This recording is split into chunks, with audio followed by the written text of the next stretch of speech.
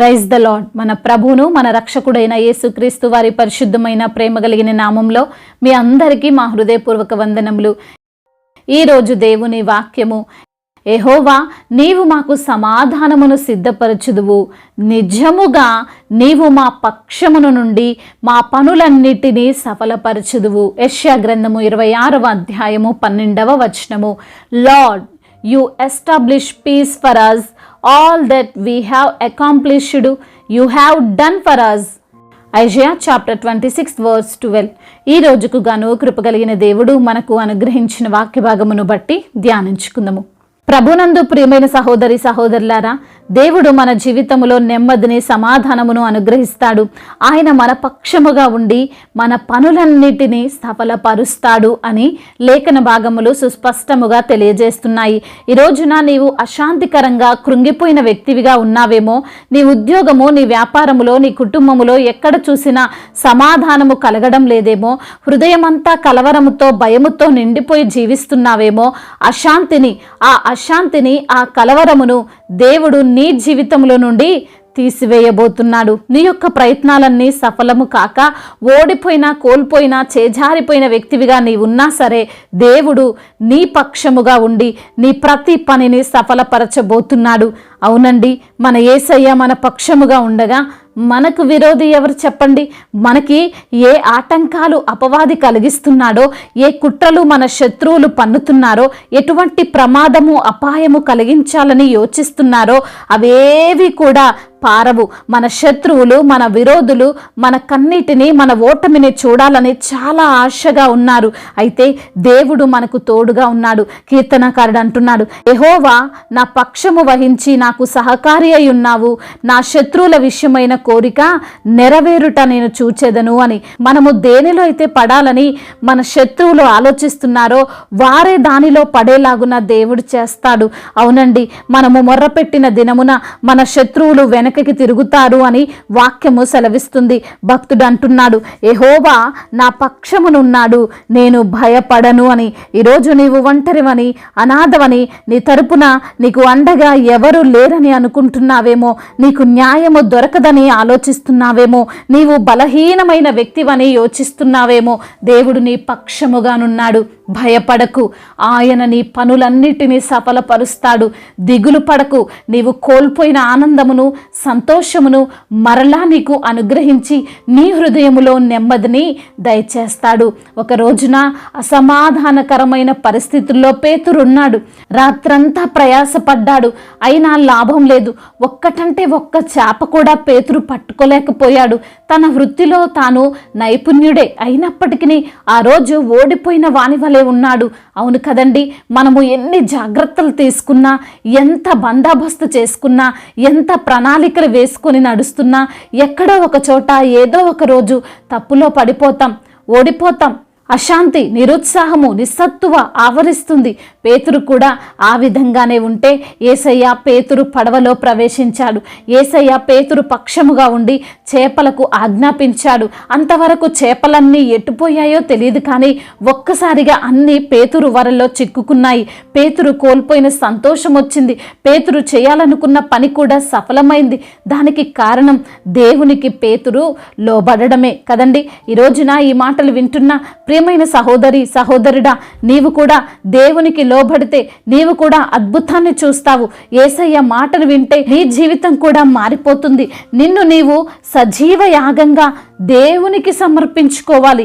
యేసయ్య మాత్రమే నిజమైన సహాయకుడని గ్రహించాలి. యేసయ్య మాత్రమే నిజముగా నా పక్షముగా ఉండి నా కొరకు వాద్యమాడుతాడని తెలుసుకోవాలి. అప్పుడు నీలో ఆనందము, నీ పనిలో సఫలతలు నీవు చూడగలవు.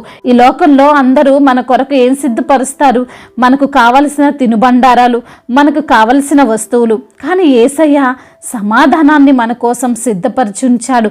మనము దాన్ని తీసుకోవడమే లేటండి. నేనున్నాను, నీకెందుకు, నీవు ముందుకెళ్ళు, పోరాడు అంటారు. తీరా చూస్తే ఎవ్వరు ఉండరు. కానీ మన యేసయ్య నిజముగా మన పక్షముగా ఉంటాడు. ప్రియమైన సహోదరి సహోదరుడా, నీ జీవితంలో సమాధానం కోసం, సఫలత కోసం నీవు ఎదురు చూసి అలసిపోయావేమో, దేవునికి నీవు సమర్పించుకో. దేవుడు నీ కోసం సంతోషమును, సమాధానమును సిద్ధపరిచాడు, నీ కొరకు విజయాన్ని సిద్ధపరిచాడు. నీవు అనుకున్న ప్రతి పనిని సఫలం చేయడానికి ఆయన సిద్ధంగానే ఉన్నాడు అని తెలుసుకొని దేవునిపై ఆధారపడి జీవించు. దేవుడు ఈ మాటలను దీవించి మన హృదయములో ఫలింపచేయునుగాక. వాక్య భాగమును బట్టి ప్రార్థించుకుందాము. ప్రతి ఒక్కరు కూడా ప్రార్థనలో ఏకీభవించగలరు. ప్రార్థన. మహాశక్తి సంపన్నుడైన దేవా, కృపా కనికరములు కలిగిన మా ప్రియ పరలోకపు తండ్రి, దయగల మా ప్రభువా, మీ యొక్క ఘనమైన నామమును బట్టి మీకు కోట్లాది కోట్ల స్తుతులు స్తోత్రములు చెల్లిస్తున్నాము. ప్రభువా, అయా నీవు మా పక్షముగా ఉన్నావని, మమ్మల్ని భయపడొద్దని, మా యొక్క ప్రయత్నములన్నిటినీ సఫలపరుస్తారని, మా పనులన్నిటినీ దీవిస్తారని, దిగులు పడొద్దని, అయా మేము కోల్పోయిన ఆనందమును తిరిగి మరలా మాకు మీరు అనుగ్రహిస్తారని ఈరోజు నా వాక్యము ద్వారా మీరు మాతో మాట్లాడారు. సమాధానమును సిద్ధపరిచే దేవుడవు, నిజముగా నీవు మా పక్షముగా ఉండి మా పనులన్నిటినీ సఫలపరిచే దేవుడవని వాక్యము ద్వారా మీరు మాతో మాట్లాడి మమ్మల్ని బలపరిచి ఆదరించి ప్రోత్సహించినందుకు స్తోత్రాలు చెల్లిస్తున్నామయ్యా. ఈ రోజున ఎందరైతే బిడ్డలు ఏ ఏ సమస్యలతో ఉన్నారో ప్రభా, మరి తండ్రి ప్రతి ఒక్కరి నిమిత్తము ప్రార్థిస్తుండగా తండ్రి సహాయము దయచేయండి నా ప్రభా.